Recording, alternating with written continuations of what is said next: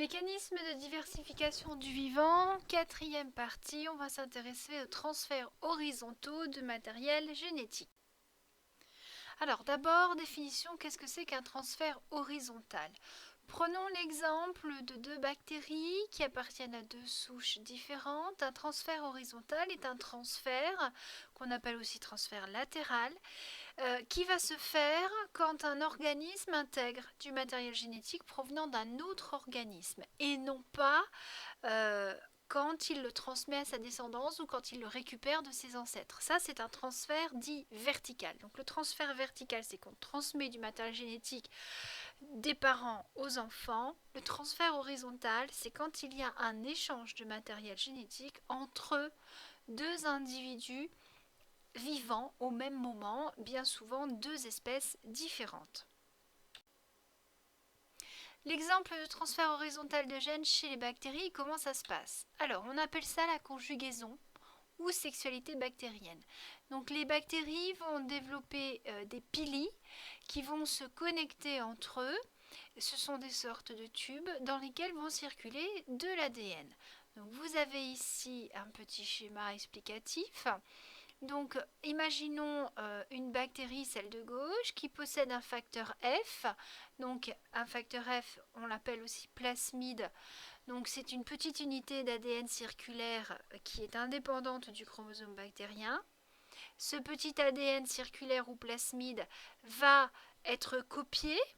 Et au moment de la connexion, donc quand il y a un pili sexuel qui est connecté avec une autre cellule, donc supposons que ce plasmide code pour un facteur F+, quand la copie va être transférée dans la deuxième cellule va donc acquérir un nouveau gène et va donc changer de phénotype. Si au départ elle était F-, maintenant à la fin, après recombinaison, elle sera F+. Autre exemple ici, la syncytine, responsable de l'apparition du placenta chez les grands primates. Alors il faut déjà comprendre ce que c'est qu'un placenta.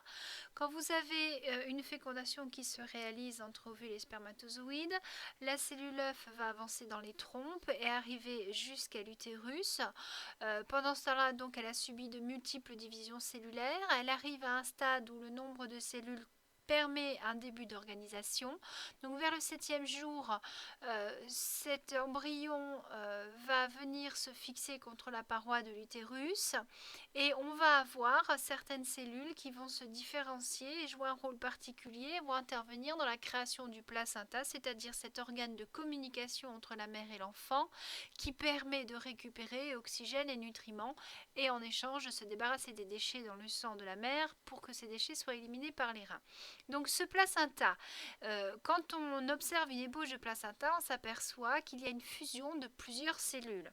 Et les scientifiques se sont intéressés à ce phénomène et ont détecté à l'intérieur du cytoplasme de ces cellules géantes deux protéines appelées syncytine 1 et 2. C'est comme si les cellules s'étaient reconnues entre elles, que à la surface des cellules il y ait des protéines qui soient reconnues par des récepteurs et qui provoquent la fusion des membranes plasmiques. Donc on s'est intéressé aux gènes responsables de la syncytine, cette protéine qui permettrait la fusion des membranes, et pour cela on a réalisé une expérience. Donc on introduit dans des cellules en culture incapables de fusionner entre elles, soit le gène codant la syncytine, soit un gène témoin sans effet sur la fusion des cellules. Les cellules sont ensuite observées au microscope optique. Les résultats sont préfigurés ci-dessous. Donc à gauche, vous avez l'image des cellules qui ont reçu le gène témoin. Vous voyez que les cellules sont petites, elles possèdent chacune leur noyau. Alors qu'à droite, sur la deuxième image, vous avez les cellules qui ont reçu le gène de la syncytine. Et on s'aperçoit qu'on a des cellules géantes, qu'on appelle des syncytiums, qui possèdent de nombreux noyaux. Donc, Si vous avez ces images à traiter en copie, n'oubliez pas qu'à chaque fois, c'est on constate que, on en déduit que. Donc on constate que les cellules, il faut un S, je l'ai oublié, ayant reçu le gène témoin sont normales, alors que dans le cas de l'injection du gène de la syncytine, on observe des cellules géantes à plusieurs noyaux. La constatation, vous ne faites que dire ce que vous voyez avec les informations que vous avez. Maintenant, la déduction, vous dites ce que vous en avez compris. On en déduit que la syncytine est responsable de la fusion des cellules placentaires. C'est tout ce que vous pouvez déduire ici. Vous ne pouvez pas aller plus loin. Donc, on essaye maintenant de comprendre d'où provient ce gène de la syncytine. On peut supposer qu'il provient d'un gène, d'un rétrovirus. Alors un rétrovirus, qu'est-ce que c'est? C'est un virus comme celui du VIH qui a la particularité non pas de contenir comme matériel génétique un ADN mais un ARN. Donc un virus, comment ça fonctionne? Ça a à sa surface des protéines qui vont lui permettre de se fixer sur des cellules de son hôte. Pourquoi? Parce que ces protéines sont complémentaires de récepteurs qui existent déjà sur les cellules hôtes. Une fois que le virus est fixé, il y a fusion des deux membranes et internalisation, c'est-à-dire qu'on libère le matériel génétique à l'intérieur du cytoplasme de la cellule. Quand on libère de l'ADN, pas de souci, l'ADN va être directement lu par le matériel génétique de la cellule, pardon, pas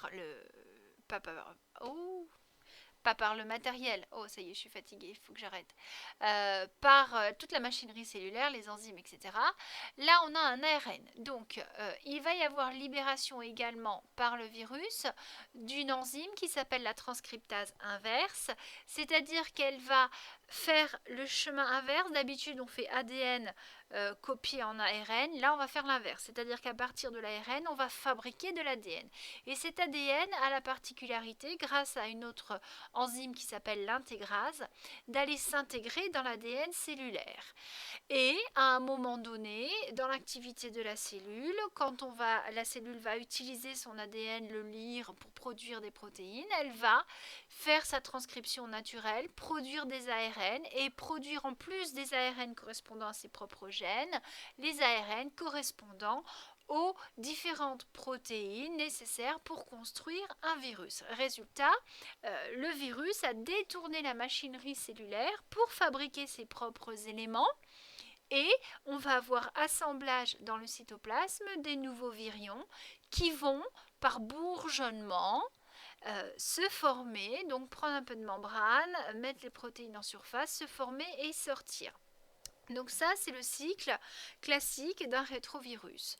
On pense que si on a un ADN de syncytine qui est apparu un jour chez les grands primates pour la syncytine 1, on pense qu'il provient d'un virus, un rétrovirus, et que cet ADN donc s'est intégré dans l'ADN cellulaire, mais il ne faut pas oublier que nous avons des systèmes de défense et que ce virus donc son ADN a été soit intégré, mais un système de défense a empêché la dernière étape, c'est-à-dire la transcription naturelle et la fabrication de nouveaux virions. Par contre, une seule protéine est restée et a été exploitée, c'est celle de la syncytine.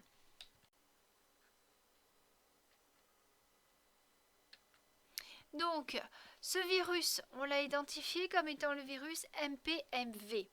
Comment fonctionne ce virus? C'est un virus dont la protéine d'enveloppe, ici en jaune avec une petite étoile à l'intérieur, va se fixer sur la protéine réceptrice de sa cellule cible. Il va y avoir fusion de l'enveloppe du virus, pénétration du matériel génétique, puis intégration au génome de la cellule hôte. Donc, on s'aperçoit, en faisant une étude fine, que la région FV, celle qui est en jaune sur le virus, de la protéine d'enveloppe du virus, elle se fixe sur la protéine réceptrice de la cellule et cette région FV est identique à celle de la région FH de la syncytine humaine. Alors vous avez compris les codes? FV, donc région FV pour virus et H pour humaine. La comparaison des séquences d'acides aminés donc de FH et de FV montre une similitude à 80%. Plusieurs études ont montré que la syncytine 1 est une protéine exprimée chez tous les grands primates, mais chez aucun autre mammifère. Par ailleurs, le virus MPMV, il infecte préférentiellement les primates. Donc, cette hypothèse est tout à fait plausible, d'autant plus qu'on retrouve le gène de la syncytine 1, donc son nom scientifique ENVHERV-W, sur le chromosome 7 chez l'homme. Donc on peut remonter dans le temps en analysant la présence des différents gènes chez les primates. En fait, on aurait eu une première infection de syncytine 2 il y a environ 50 millions d'années. Ça a permis l'implantation d'un placenta. Et vers 35-40 millions d'années, on pense qu'il y a eu donc syncytine 1 qui s'est installée. Donc certains disent 35-40 millions d'années, d'autres disent 20-25. On n'est pas tout à fait sûr pour l'instant. Dans tous les cas, cette syncytine 1 n'est présente que chez les grands primates. Et donc, si on résume l'histoire, c'est qu'on a eu, il y a environ, pour la syncytine 1, environ 30 millions d'années, on va dire, un virion de MPMV qui a infecté, attention, pas n'importe quelle cellule, des cellules de l'appareil reproducteur. Et il y a eu à ce moment-là infection, donc intégration du matériel génétique dans les cellules. Et ce matériel génétique, comme il a été intégré dans des cellules à l'origine des cellules reproductrices, ce gène a été transmis donc à la première génération des enfants de ce primate qui a été infecté. Résultat, le gène a été intégré finalement dans toutes les cellules et on le retrouve sur le chromosome 7 chez l'homme. Alors, ce qu'il faut savoir, c'est qu'on va retrouver des syncytines également chez la souris, mais ce ne sont pas du tout les mêmes. Ce sont des syncytines de type A qui proviennent d'autres rétrovirus. Donc, j'arrive.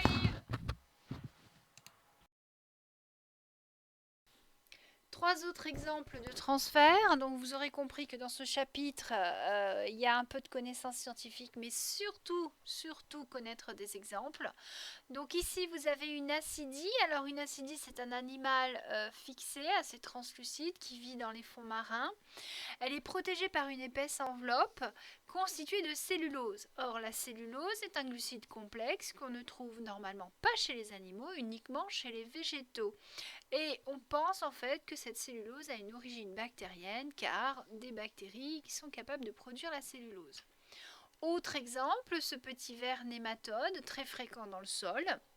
La plupart se nourrissent de racines de plantes et peuvent digérer la cellulose qu'elles contiennent, alors que les autres ne peuvent pas, se nourrissent de petits animaux. Donc on suppose que l'enzyme qui permet de digérer la cellulose est produite à partir d'un gène d'origine bactérienne.